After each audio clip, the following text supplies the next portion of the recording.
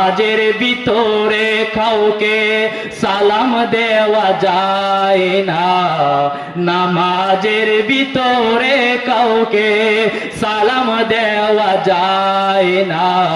নবীকে সালাম না দিলে নামাজ তোবায় হয় না, নবীকে সালাম না দিলে নামাজ তোবায় হয় না। চমৎকার ঘটনা রে ভাই হাদিসেতে আছে, নবীর কদম পাখে উঠে সিজদা করিয়াছে। চমৎকার ঘটনা রে ভাই হাদিসেতে আছে, নবীর কদম পাখে উঠে সিজদা করিয়াছে। আবু জাহেল মার্কা মানুষ নবীকে চিনে না, আবু জাহেল মার্কা মানুষ নবীকে চিনে না। নবীকে সালাম না দিলে নামাজ তোবায় হয় না।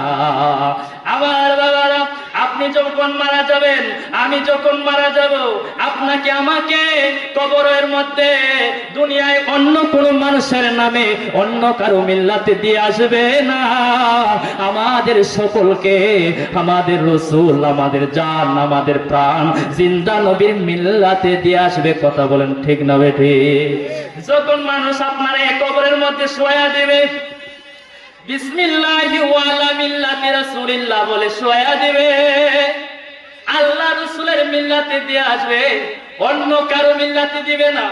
আমরাও জানি, আমাদের এই জন্যই এই দোয়া পয়রা মানুষদেরকে কবর দেয়। আমার বাবারে বোঝা গেল ওই কবরে নবী ছাড়া আর আপন কেউ নাই। কথা বলেন ঠিক না বেঠি? আমার ছেলে আমার কবরে যাবে না, আমার মেয়ে আমার কবরে যাবে না, আমার আত্মীয় স্বজন আমার কবরে যাবে না। যিনি কবরের মধ্যে থাকবেন তিনি আমাদের নবী মুস্তাফা সাল্লাল্লাহু আলাইহি ওয়াসাল্লাম।